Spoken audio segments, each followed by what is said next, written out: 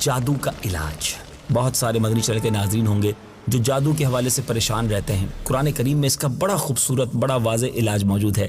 آئیے واقعہ بھی سنتے ہیں اور علاج بھی سیکھتے ہیں۔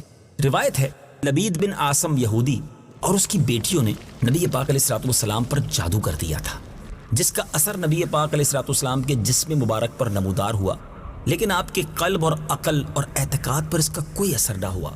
چند روز کے بعد جبریل امین علیہ الصلوۃ والسلام حاضر خدمت ہوئے اور انہوں نے عرض کی، یا رسول اللہ صلی اللہ تعالی علیہ وسلم، ایک یہودی نے آپ علیہ الصلوۃ والسلام پر جادو کر دیا ہے، اور جادو کا کچھ سامان ہے وہ فلاں کنویں میں ایک پتھر کے نیچے دبا دیا گیا ہے۔ نبی پاک علیہ الصلوۃ والسلام نے حضرت علی رضی اللہ تعالی عنہ کو بھیجا۔ انہوں نے کنویں کا پانی نکال کر جب پتھر اٹھایا تو اس کے نیچے سے کھجور کے گھابے کی تھیلی برآمد ہوئی۔ اس پہ پیارے آقا علیہ الصلوۃ والسلام کے منہ مبارک جو کنگھی سے ٹوٹے تھے، اور کنگھی شریف کے ٹوٹے ہوئے کچھ دندانے، اور ایک ڈور یا کمان کا چلا جس میں 11 گرہیں لگی ہوئی تھی، اور ایک موم کا پتلا جس میں 11 سوئیاں چبھی ہوئی تھی۔ یہ سب سامان پتھر کے نیچے سے نکلا اور یہ سب نبی پاک علیہ الصلوۃ والسلام کی خدمت میں لایا گیا۔ اس کے بعد قرآن مجید کی دونوں صورتیں قل اعوذ برب الفلق اور قل اعوذ برب الناس یہ نازل ہوئی۔ ان دونوں صورتوں میں 11 آیتیں ہیں، اور ہر ایک آیت کے پڑھنے سے ایک ایک گرہ جو تھی وہ کھلتی جاتی، یہاں تک کہ سب گرہیں کھل گئیں اور نبی پاک علیہ الصلوۃ والسلام بالکل شفا یاب ہو گئے۔ پھر یہ جادو کا جو سامان تھا سارا وہ زیر زمین دفن کر دیا گیا۔ اس واقعے سے سیکھنے کو کیا ملا کہ تعویذات اور عملیات جس میں کوئی لفظ کفر و شرک کا نہ ہو جائز ہیں۔ اسی طرح گنڈے بنانا اور ان پر گرہیں لگا کر قرآنی آیات اور اسماء الہی پڑھ کر پھونک مارنا یہ بھی جائز ہے۔ جمہور صحابہ اور تابعین اسی پر ہیں، اور حدیث عائشہ رضی اللہ تعالی عنہا میں ہے کہ جب نبی پاک علیہ الصلوۃ والسلام کے گھر والوں میں سے کوئی بیمار ہوتا تو پیارے آقا علیہ الصلوۃ والسلام ان دونوں صورتوں کو پڑھ کر مریض پر دم فرما دیا کرتے۔ اے میرے میٹھے اسلامی بھائیوں، بخاری اور مسلم کی حدیث کہ نبی پاک علیہ الصلوۃ والسلام رات کو جب بستر مبارک پر تشریف لاتے تو اپنے دونوں ہاتھوں پر دم فرمایا کرتے، اور اپنے سر سے پاؤں تک پورے جسم مبارک پر اپنے دونوں ہاتھوں کو پھرایا کرتے جہاں تک دست مبارک پہنچ سکتے۔ یہ عمل میرے آقا 3 بار فرماتے۔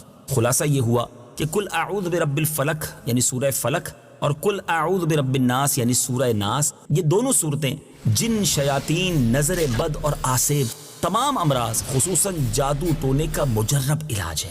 ان کو لکھ کر تعویذ بنائیں، ان کو گلے میں پہنائیں، ان کو بار بار پڑھ کر مریض پر دم کریں، اور کھانے، پانی اور دواؤں پر پڑھ کر پھونک ماریں، مریض کو کھلائیں پلائیں، انشاءاللہ تعالی ہر مرض خصوصاً جادو دفع ہو جائے گا اور مریض شفا یاب ہو جائے گا۔ اسی طرح قرآن پاک کی دوسری بہت ساری صورتوں کے خصوصی فوائد ہیں جن کو کتابوں میں پڑھا جا سکتا ہے۔ اور اے میرے میٹھے اسلامی بھائیوں، قرآن پڑھتے جائیں تو انشاءاللہ بہت ساری چیزوں سے شفا مل جاتی ہے۔ تو آئیے اب سورہ فلق اور سورہ ناس کی تلاوت بھی سنتے ہیں اور اس کا مبارک ترجمہ بھی سنتے ہیں، آخر میں دعا بھی کرتے ہیں رب کریم تمام مریضوں کو شفا کاملہ عطا فرمائے، بالخصوص جو جادو ٹونے آسیب میں گرفتار ہیں، اللہ انہیں بھی شفا یابی عطا فرمائے۔ سورہ فلق اور سورہ ناس۔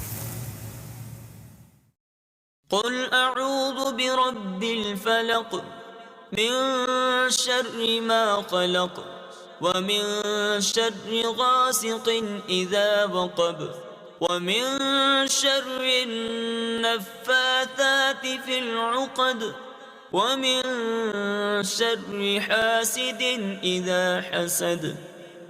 ترجمہ، تم فرماؤ میں صبح کے رب کی پناہ لیتا ہوں اس کی تمام مخلوق کے شر سے اور سخت اندھیری رات کے شر سے جب وہ چھا جائے، اور ان عورتوں کے شر سے جو گروہ میں پھونکے مارتی ہیں، اور حسد والے کے شر سے جب وہ حسد کرے۔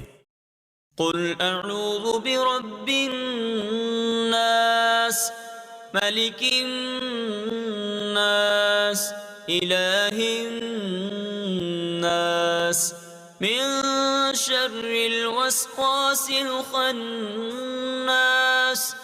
الذي يوسوس في صدور الناس من الجنة والناس۔